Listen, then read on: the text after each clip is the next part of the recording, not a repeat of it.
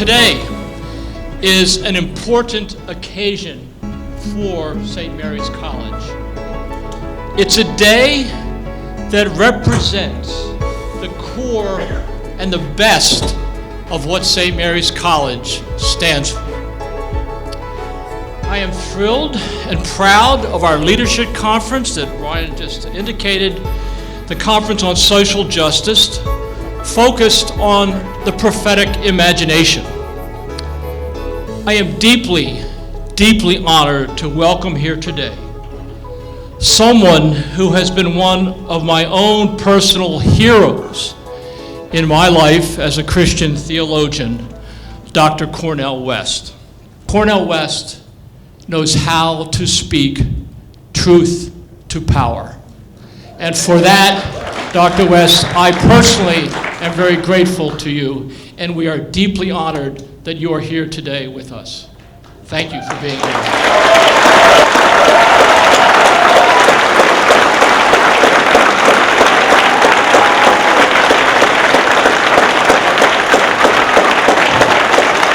What a blessing for me to be at St. Mary's College, Aurora, California.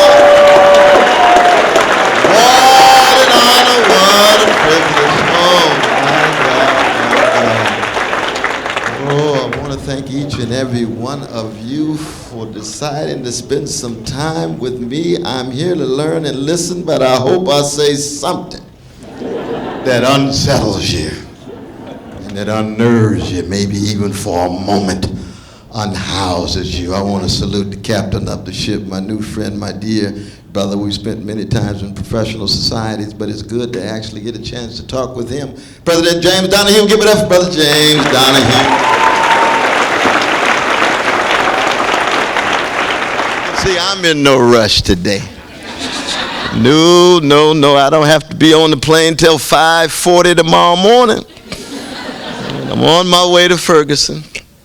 We're going to have a mass demonstration. They're kind enough to asked me to say a few words. I'm going to bring up Sister Colette Flanagan to say something about her precious baby who was shot in Dallas a few years ago, Brother Clinton Allen. I'm going to bring up Sister Juanita Young. We were in Harlem together just 3 days ago. Magnificent sister whose son was shot down by the New York Police Department. There's going to be a mass demonstration on Sunday night.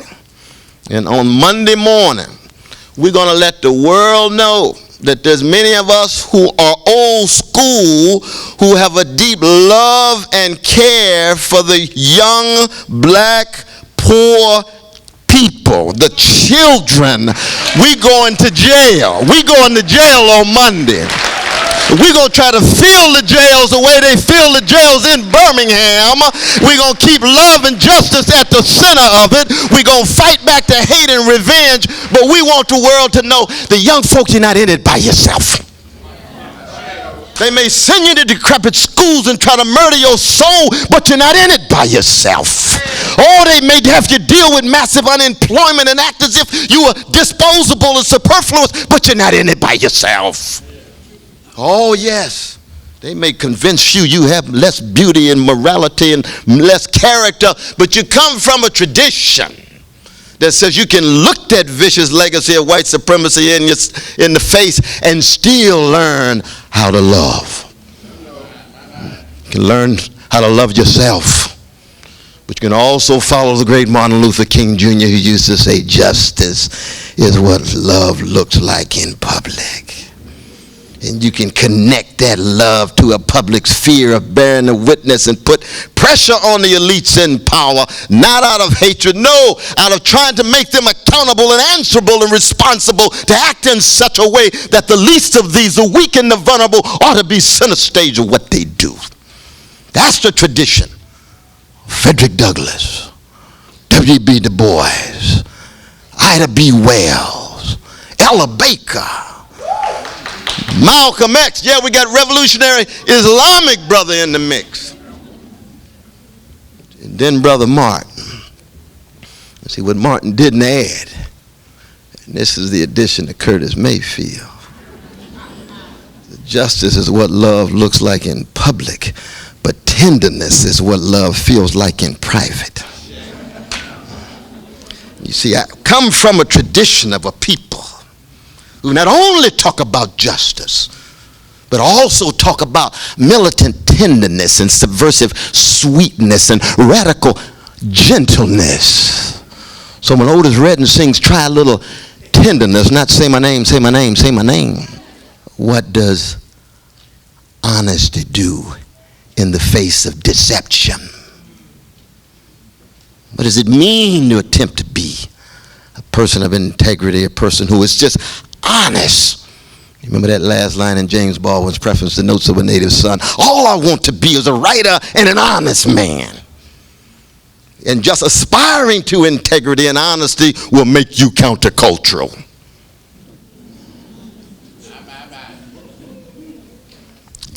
Especially in a market-driven society obsessed with the 11th commandment, thou shalt not get caught.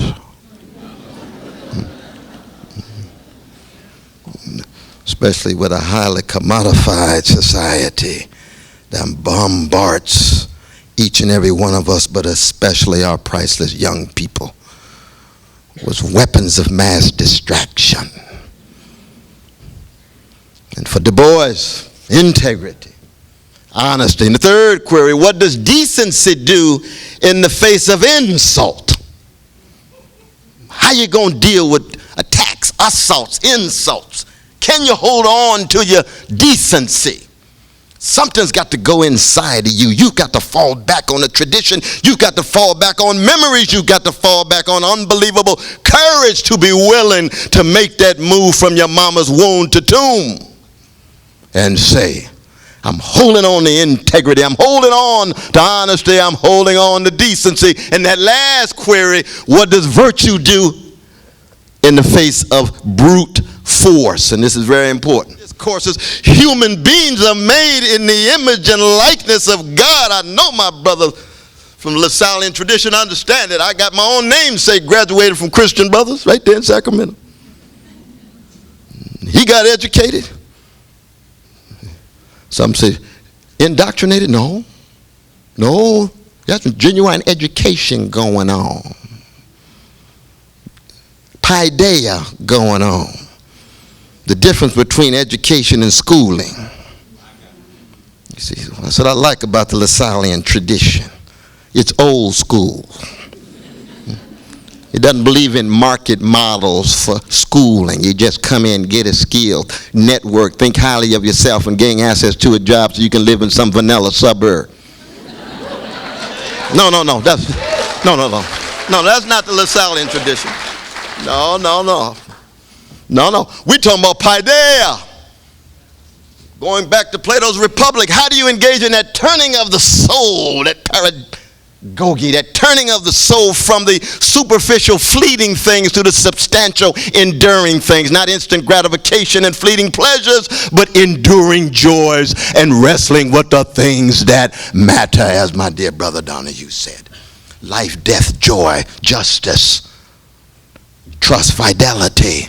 The things that matter, the things they will talk about when you are in your coffin. It won't be a story about how much money you made. It won't be a story about how big your mansion was. It won't be a story about how many material toys you accumulated. They got to say something about the things that matter with your body in that coffin before the worms get you. Oh, that's education at its deep level. And that's precisely what Du Bois was talking about. Do we have the courage to at least aspire to integrity, honesty, decency, virtue? And the question, what are the conditions under which people make those choices? And for me, not just prophetic imagination, but prophetic empathy and prophetic will, prophetic courage all go hand in hand. And you have to begin with tradition. Again, Lasallian tradition. You got to begin with tradition. No one can do it alone. One of the most vicious lies ever told in the history of American civilization is that we can be self-made. I guess you gave birth to yourself too, huh? Yeah, I've been working that out. Those 9 months were tough. Where'd you get your language from? Private language. I created, really. No, if you dream in English, you dream in the language of Shakespeare and Milton, Virginia Woolf, Toni Morrison, of James Bowen. If you're dreaming in Spanish, you dream in the language of Cervantes, Marquez, and a host of others. If it's German, it's Goethe. It was in place before you made your entree. So self-made, gone. Secular myths about individual autonomy. It's a lie. It's not true. We can be free, but all freedom is under constraint. And you can be radically free, but radically free usually ties you to some kind of cause bigger than you to get outside of your egocentric predicament, to push back the hedonism, push back the narcissism, so that you become connected, coalescing with others who are lured by some grand vision, whatever utopian expression it has. If you're atheistic and agnostic, it could be integrity. And I know a whole lot of atheists and agnostics who are brothers and sisters of all colors of great integrity. My own greatest literary artist, Anton Chekhov, secular to the core. He's got more love in him than many Christian churches I know. And I'm not just talking about some of those mega churches that are mega church but don't have mega courage or mega love. But they got mega money. Got mega building funds. Okay. I see. All of us need money, of course. But when life is a gold rush, as the great Rabbi Abraham Joshua used to say, you end up worshiping the golden calf and you reduce the golden rule to the claim that those who have the gold rule. We back to Thrasymachus in Plato's Republic. Might makes right. Socrates struggling against it. How do we raise these issues of choosing to be a certain kind of human being? Well, you see in the history of this nation, one of the best examples, Frederick Douglass, Du Bois, Martin, Malcolm, Ida, Ella, but we could go on. Fannie Lou Hamer, Stokely Carmichael, Diane Nash, Erica Huggins, Alice Walker. We could go on and on and on. We haven't even got to the musicians yet who set the highest standards. The highest standards. There is no intellectual analogous to John Coltrane or Billie Holiday. Why? Because they had a depth of courage as well as a depth of talent and genius that allowed them to transfigure their suffering and be free. And come back to St. Mary's College. Students entering classrooms. The question is, are you willing to learn how to die in order to learn how to live, so you can become an exemplary figure who has a foretaste of freedom in who you are in your struggle for freedom vis-a-vis new Jim Crow, wealth, income, inequality. I say that to my students for the last 40, I've said that to my students the last 40 years. Every time they come in my class, oh, you come here to die. You come here to die. And they looking at each other. I thought I came here for a B+, but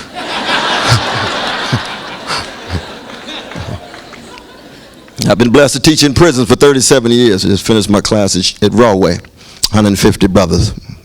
We read Plato. We read Samuel Beckett's Waiting for Godot. We read Toni Morrison. I told the brothers, you come in here to learn how to die, because you're going to examine certain assumptions and presuppositions, and when you begin to give some of them up, that is a form of death. And there is no rebirth without death. There's no growth and development and maturation without death. And if you're not willing to critically examine who you are and allow something inside of you to die, then you're not ever going to be a freedom fighter. You might say certain words, you may act as if you are on the love train, but deep down you haven't engaged in that soul interrogation, that soul scrutiny that goes hand in hand with deep education. So when you graduate from St. Mary's, you look at each other and say, well, we all learned how to die pretty well, didn't we? Did you undergo that transformation? Did you undergo that metanoia? Did you undergo that kind of intellectual conversion? You came in with your set of dogma and you had to let some of them go, didn't you? And especially that dogma of white supremacy, but the male supremacy too, the anti-Jewish, anti-Arab, anti-Muslim, and the imperial identity, thinking that somehow American baby has more value than a baby in Yemen, has more value than a baby in Ethiopia, has more value than a baby in Guatemala. Yep, that's got to die. Oh, you got to let it go. James Brown said, give it up, turn it loose. You got to let it go. To be what? To be able to straighten your back up. And Brother Martin used to say, what, anytime if folks straighten their backs up, they're going somewhere, because folk can't ride your back unless it's bent. We got so many black middle class folk. You got prosperity, you got status, you got wealth, but they still walking around so scared and intimidated and afraid. Just like the Negroization that took place 150 years ago. Say, what you afraid of? Well, my career's in jeopardy. What you afraid of? Well, I don't want to be marginalized by folk who are in the mainstream. What you afraid of? Even Kanye West. The brother got so much flow on the stage, but he's standing up there. George Bush doesn't care about black people. Brother, what happened to your flow? The Negro's scared.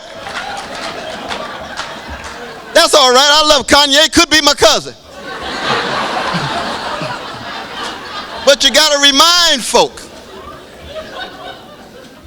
You can't have a freedom movement for folk who don't speak their mind freely and willing to pay the consequences. And every figure in this book, from Douglas to Du Bois to Martin and Malcolm and Ida and Ella, would say over and over again, death, where is thy sting? Grave, where is thy victory? If you're really willing to love and serve, already you have been given a gift of life. The least you can do is give your life back. But B.B. King was talking about catastrophe. And the challenge is new Jim Crow, catastrophe. Income inequality, catastrophe.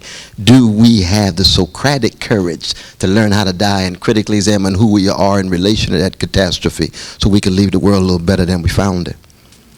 And at the same time, from black folk back to the tie of justice and tenderness and sweetness and gentleness, do we have what it takes to reach out based on our ROOTS and proceed with ROUTES,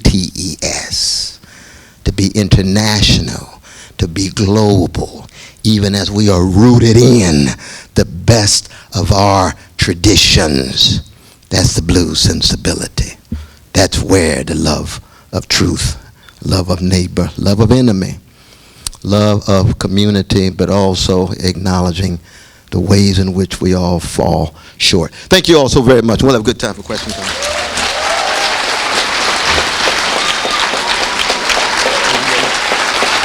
Very patient indeed. Brother Ryan, I want to thank you, brother. I want to thank you for the work you did. Brother Ryan Lamberton.